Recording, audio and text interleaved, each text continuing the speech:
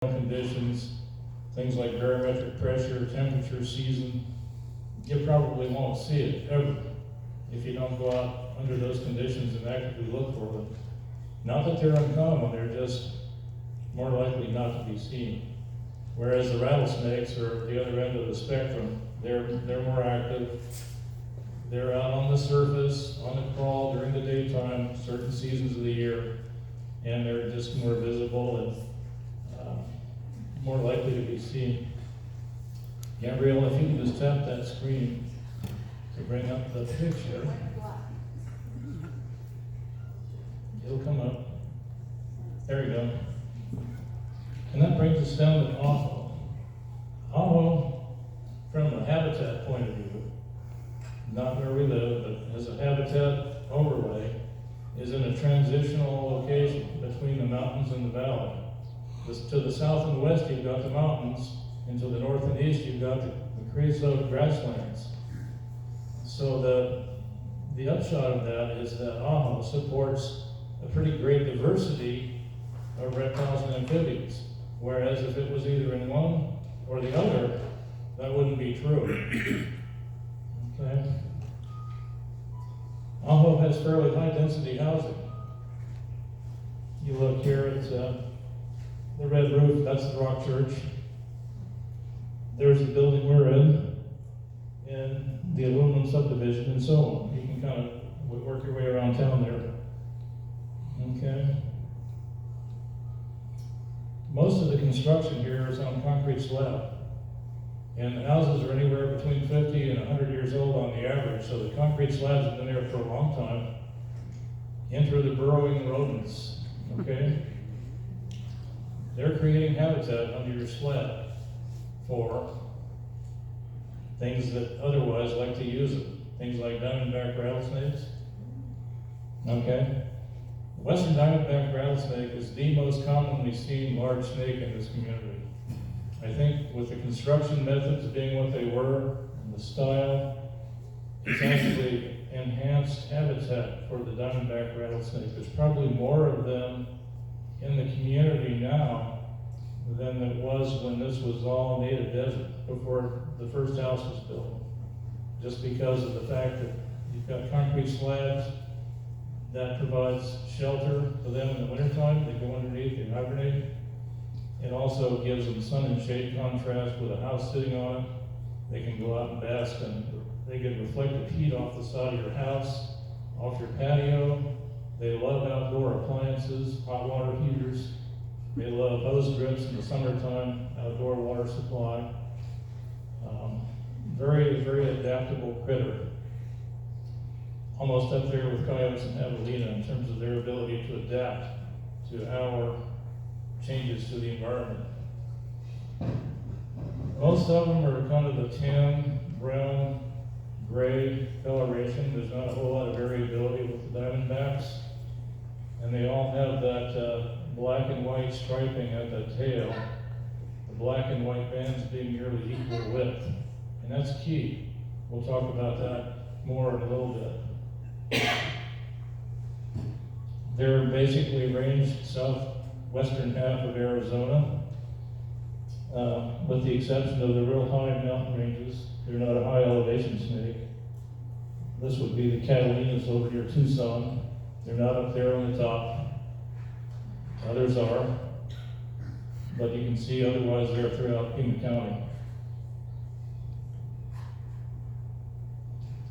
They're active in the spring and fall, most active during the daytime. That's why you see them more visibly than you see other snakes.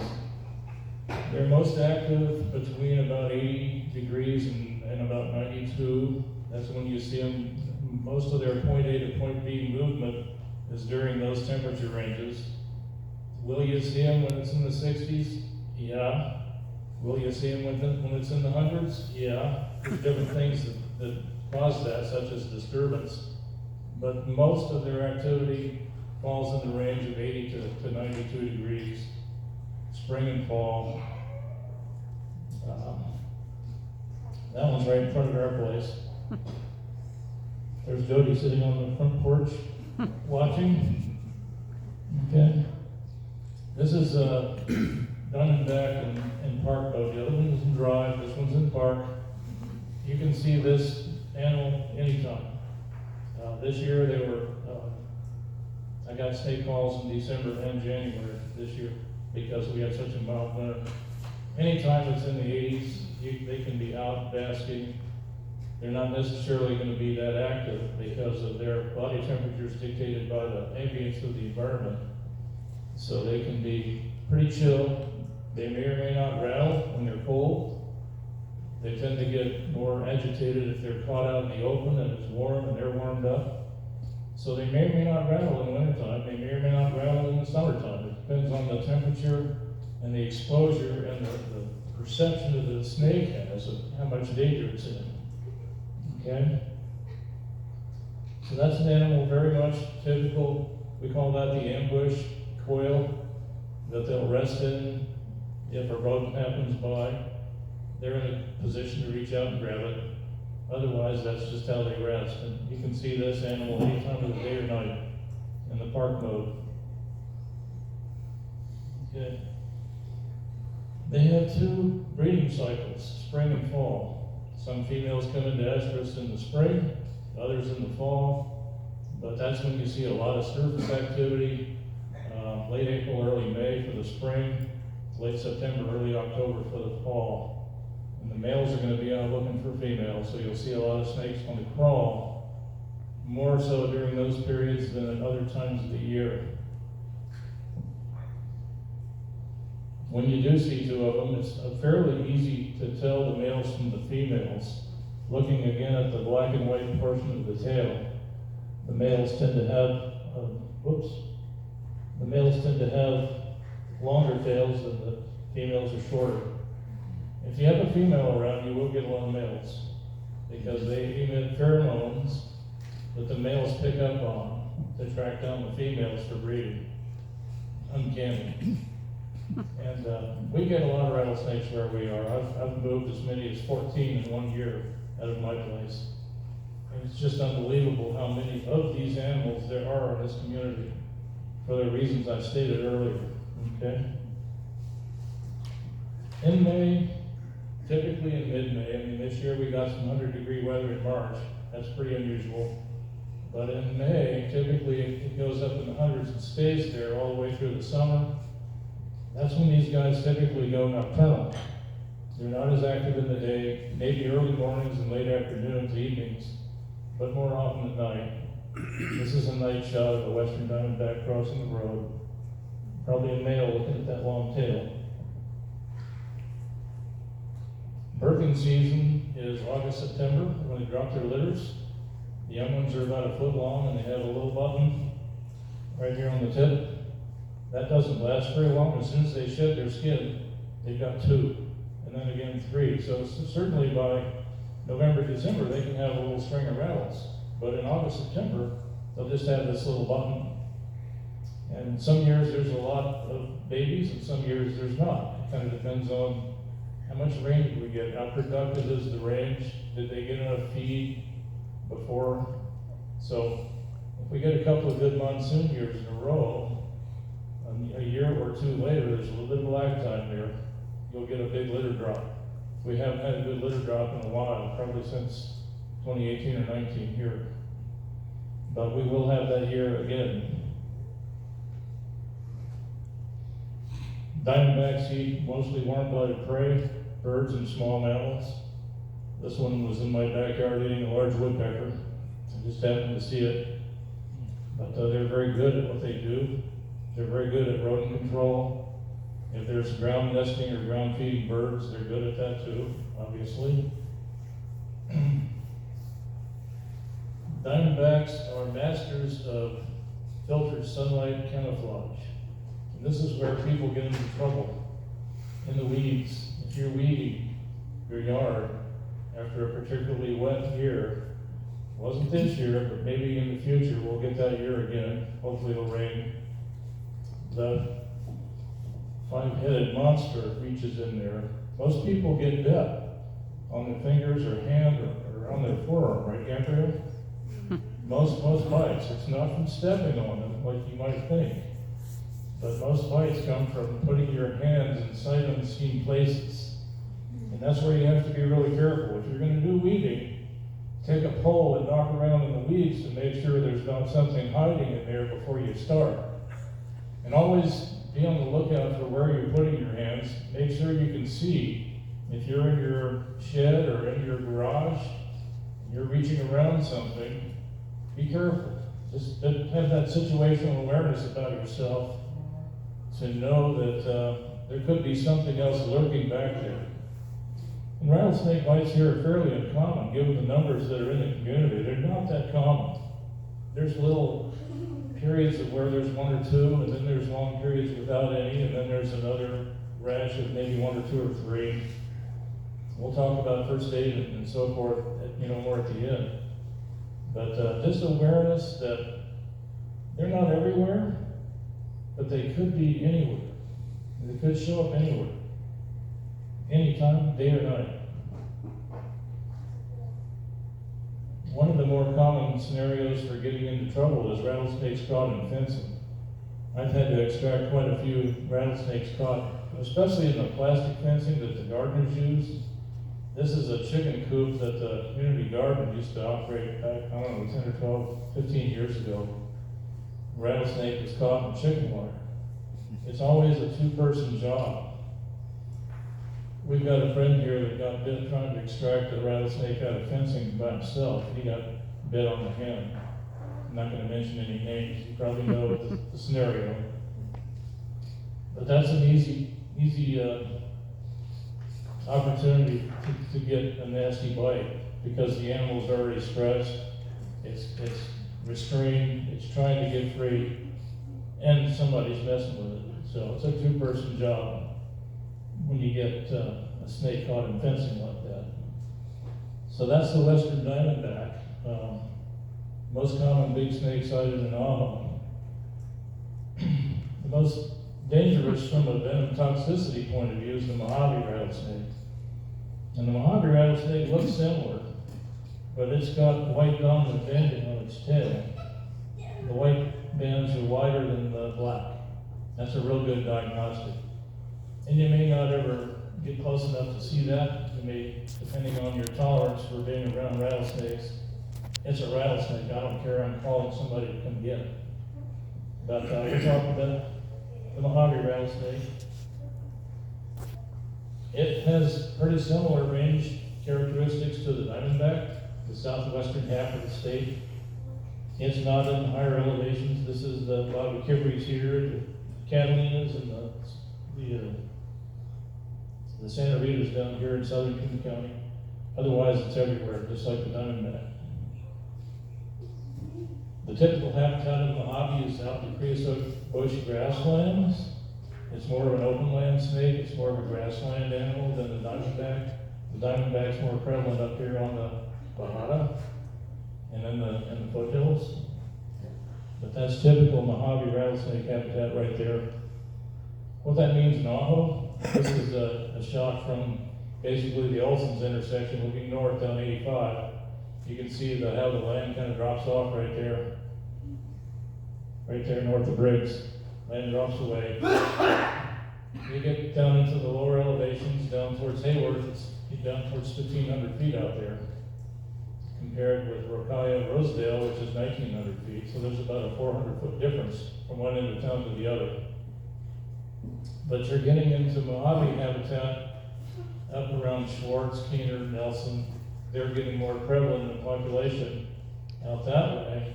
You still have diamondbacks, but now you have Mojaves too. And maybe over towards East Rasmussen, but not too far from here, you're getting a few. Can they show up anywhere in the community? Yes. But this is where they're most common. As you're getting down more into the interior valley areas. And down in Y too. Y's got a lot of Mojave rattlesnakes. It's more out in the valley. Right, Joyce? Right, okay. Mojaves are more variably colored than diamondbacks. You've probably heard of the green phase, okay, the Mojave green. I always thought that was more descriptive of a shade of paint like you'd buy at Sherwin-Williams. Mojave green It's actually green Mojave, you know, color first, snake second. But the green Mojave's pretty snake. Well suited for grassland camouflage where they live. You can see if you look the white dominant tail banding, but they also come in tan brown. Okay, a lot of variability there, and they also come in gray. A lot more variability than diamondback. But look at the tail banding, black, white, arrow black, if you can see it. Mojaves, very toxic venom. Their venom has a neurotoxic element to it, which works on your internal organs, actually shutting them down. If you get bitten by a Mojave, it's pretty serious stuff. You know people here that have been bitten by them and survived, and I know people that haven't, not in Idaho, but elsewhere. Mojave's also different from diamondbacks in having these large plate-like scales on the tops of their head, between their eyes. And the diamondbacks have finer scales up on the tops of their heads. You won't ever get close enough to see that. I'm just pointing it out. Okay? Some people will. There's a few other herpers in Idaho that know these things, but it's just another diagnostic difference between the Mojave and the diamondback. Again, look at the tail banding on a Mojave. You'll see the white dominant tail banding, and the microphone's going to go in here where only a little. But that's a tan brown Mojave. Tail banding is the giveaway. Mojaves, just because of where they live, eat mostly kangaroo rats and other small mammals, pocket mice. A small Mojave can eat a darn big kangaroo rat. This is a Merriam's kangaroo rat. I found this one on the trail one morning when I'm out riding my mountain bike in the process of engulfing a big kangaroo rat, okay? So they do a lot of rodent control. They have their place, just not in your yard. And the little ones look similar to the adults. Again, that white dominant tail banding, real characteristic. Again, August, September time frame. They grow fast. With a couple of meals, they're shedding their skins and adding a string instead of that button. Rattlesnake number 3, and there's 6 species here. Forgot to mention that. We have 6. This is the sidewinder. This is their smallest rattlesnake. It's mostly southwestern Arizona, western Arizona, including most of Pima County. They're very common here. Again, out in the creosote bush, grassland habitat, the same place you find Mojaves, you'll find a lot of sidewinders. Those two overlap almost entirely. So what that means for Ajo is, East Rasmussen, there's a little population of them west of Briggs. Can they show up anywhere in town? Yes. But most often they're found in the same habitats that I described for the Mojave. North end, north 5 acres, getting out into the grassland, creosote, mesquite areas. Not so much up here in the foothills. Sidewinders are so named because of the way they move. They tend to throw coils to the side, and that is an adaptation for moving around on loose soil, sandy soil, gravelly soil. It just helps them move better in that, and they can move forward just fine, but more typically you'll see them moving sideways, like this one. They've got a fairly small rattle. They've got a triangular body shape, very high spine, very small pattern. Unlike the diamondback, it's a very minute series of dorsal saddles with these little white spaces in between, and a lot of spotting on the sides. And they've got these horn-like scales over their eyes. That's unique. None of the other rattlesnakes have that. There you can see the close-up of these horn-like scales. There's the nostril. There's the pit viper. That's a heat sensory organ. And then the eye, of course. You probably won't ever get that close to a sidewinder, so I wanted to throw that in there and give you a good close-up view of what they look like, especially that horn scale above the eye. They like to burrow in loose ground, a little like a landmine. Okay? You'll see the little dimples out in the trail in the morning, because they'll do this at night. And in the morning, they tend to move back. Typically, they'll go underground, down a rodent hole or something, but early in the morning, you may encounter one like this. Sidewinder, like a little landmine, waiting. Be careful on trails. If you walk dogs, you kind of have to be looking out in front of them to make sure they're not getting into trouble with one of these. And then there's 3 other rattlesnakes that live up in the hill country. This is a view taken from the alley road looking back towards Aho. Those of you that have been out here recognize that place. What does that mean for Aho? If you're going up Rokaya, if you live up in the Heights area, up towards Rosedale and Rokaya, if you live up in Greenway, or if you live up any of the tops of Esperanza or Rondo, anywhere you're getting into the hill country, you're getting into this other rattlesnake community. Okay? First and foremost is the blacktail rattlesnake. This is the only rattlesnake that has that velvety black tail, no striping. They've got large chunky heads. They've got a cross-banded pattern, not a saddle pattern. It's bands that go all the way down the side and across the top of the back. The blacktail rattlesnake is not nearly as defensive as some of the others. Sometimes they typically will more often try to retreat than rattle. They're just not a terribly defensive. I don't say aggressive, I say defensive, because some snakes get pretty defensive quickly, but blacktails are not one of them. They live a little higher up. You can see that the range goes up on the rim a little bit here. Oops. I need to find my pointer. Up on the Mogollon Rim. This is probably farmland where they don't live, up around between Tucson and Phoenix. I'm not sure what's going on out here, but most of Pima County, you find blacktails in the hill country. Can they show up anywhere in Aho? Yes.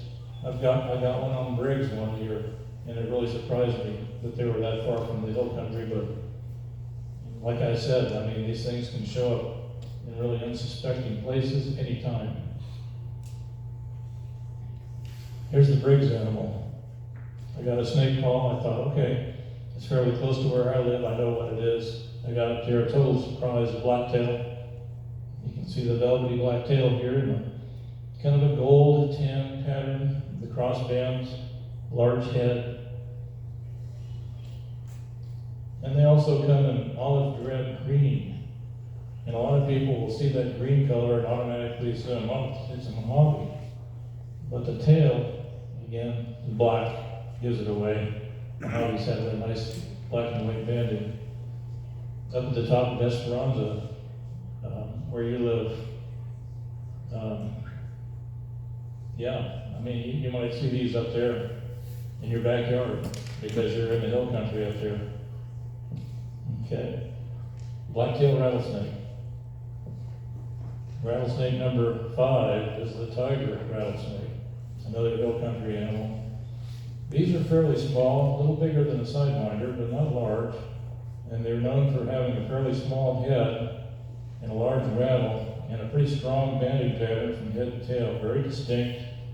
Most of them are this pasty gray color with the darker charcoal crossband pattern.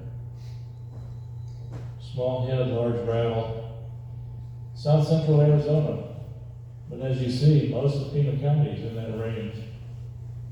Okay, and they are a higher elevation animal too. They get up in the mountains. There's another one, pastel gray, darker charcoal crossbands, small head, large rattle. Pretty common back on the alley road, mostly at night. Another one. And they also come in a tan, kind of a reddish brown phase. There's a few of these out there too. Large rattle, small head, strong pattern, head to tail, tiger rattlesnake. That's rattlesnake number 5. Rattlesnake number 6, this one's the least commonly seen in Ajo. This is the speckled rattlesnake. We just barely catch the range of that animal here. They're mostly western Arizona into California. But as you can see, this Ajo overlaps the range of the speckled rattlesnake. If you go up on the Childs Mountain tours in the summertime, in August, is a good month, there's rock outcrops out there on the edge where they'll come out and bask right as it's getting dark. Good place to see them. That's probably the best place to view a speckled rattlesnake in this area.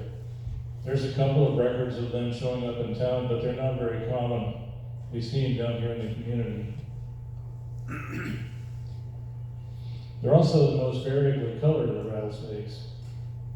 They tend to assume the base color of the rock substrate where the populations live. And that's not overnight, that's over time. So if you find a snake in an area, it's going to blend in with the rock substrate, the dominant rock substrate where you find it. And then the other thing about the speckled rattlesnake is they have these 3 little black bands right down by the rattle. But to differentiate the speckled from the tiger, the speckled rattlesnake has a fairly weak pattern aft, forward, and it gets more distinct aft. Here's another example. Very weak pattern forward, it gets more distinct towards the tail. And there you can see those 3 little black bands right down by the tail. Here's another one. This is from the Crater Range, north of Ajo. Reddish brown rock, reddish brown snake.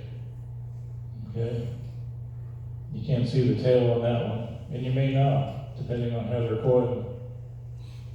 Here's another one. This is from the Growler Mountains, west of Ajo. You can see the color of the rock, color of the snake. You can't see the tail on this one. But that's a nice example of a speckled rattlesnake from the growler. So all the populations are a little bit different that way. Base coloration based on the rock substrate. The ones up on Childs, same thing. They're different than the ones in the growlers, from the craters, from the Little Ajo Range back through behind town. And the coral snake. We talked about selectively active early on. These are one of our burrowing snakes. And they're very, very selectively active. They're common. They're very common here. But good luck finding one because they're very specific to environmental conditions, barometric pressure changes, temperature, season. I see most of them between May and August here, but there are some outliers. Kimber, you found one this year in March, right? So yeah, I mean, it happens. Can they show up anywhere in Ajo? Yes, and they do. I find them most active in the crepuscular period. They're right before sunrise or right after sunset. And then during breeding season, they're active through the night. But very common snake. You won't likely ever get into trouble with a coral snake unless you pick it up, okay? You have to almost pick it up to get a bite from one of these. If you step on one, it's probably going to kill it because they're pretty little. A big one might be 20 inches long and about the diameter of a pencil, okay? But if you pick one up, you're going to get bitten. So don't do that. But you won't mistake this snake for anything else. It's got an inky black head, then a white band, then a red band. So just think black, white, red. Okay? No other snake has such a distinct pattern here as a coral snake. And there are other snakes that have some black and white and some red, but it's a lot more diffuse. As you can see, this is very distinct. There's no confusing that animal with anything else. And when they move, this was one that I relocated. It was caught in somebody's house, so these do invade homes. If you've got a space under your door, coral snakes can get in. They can take advantage of that. This one came out of somebody's house, and I released it for them. Common, very common, but not often seen. You may never see one. Kristen, I think you found one a few years back, but you've only seen one, right? There you go. Okay. One last snake, the snoring gopher snake. These are what I call rattlesnake mimics. They look like them, they've got a pattern, they've even got a banded tail that you might mistake for rattles. Another pretty selectively active snake. They're very common, but they spend a lot of time below grade. This is another one that's likely to be under your foundation, under a concrete slab. And then when it's breeding season, typically in the spring, they'll be active on the surface. And they're fairly commonly seen here, but only during certain seasons of the year. And then larger sections of the year, you don't see them at all. But they're there, and they're down there getting rodents and eating your squirrels and your pack rats and your pocket mice and your kangaroo rats and everything else that lives under your house. Unknown to you, they're down there doing their job. So I just wanted to throw this one out there. One of the first things you do this time of year, when you step out your door in the morning, what do? Look down. This is a snoring gopher snake. This is their place. Just happened to be right on the door sweep. But they, like I said earlier, they're not everywhere, but they can be anywhere, okay, anytime. So when you step out of your house at night especially, look down. Look where you're going. Carry a light if you're going from your house to your car, especially during the rattlesnake season, what we talked about, mid-May to about mid-September when they're more active at night. Be aware. Be aware. Be aware. You see these little signs around southern Arizona in public places. I say be aware. This says beware. Just be aware that these things are here and you'll stay out of trouble. Okay? Last slide. They're not out to get you. There's obviously a lot of them here in the community. I think it's statistically safer to live among rattlesnakes than it is to drive on Highway 85. My personal opinion from what I've seen. Okay? Said whatever, but yeah, Highway 85 between the border and Hilo Bend is a dangerous road. But yeah, I like this cartoon. Getting a little sense of humor there. So anyhow, that's all the slides. And if you have questions and want to talk about first aid and other scenarios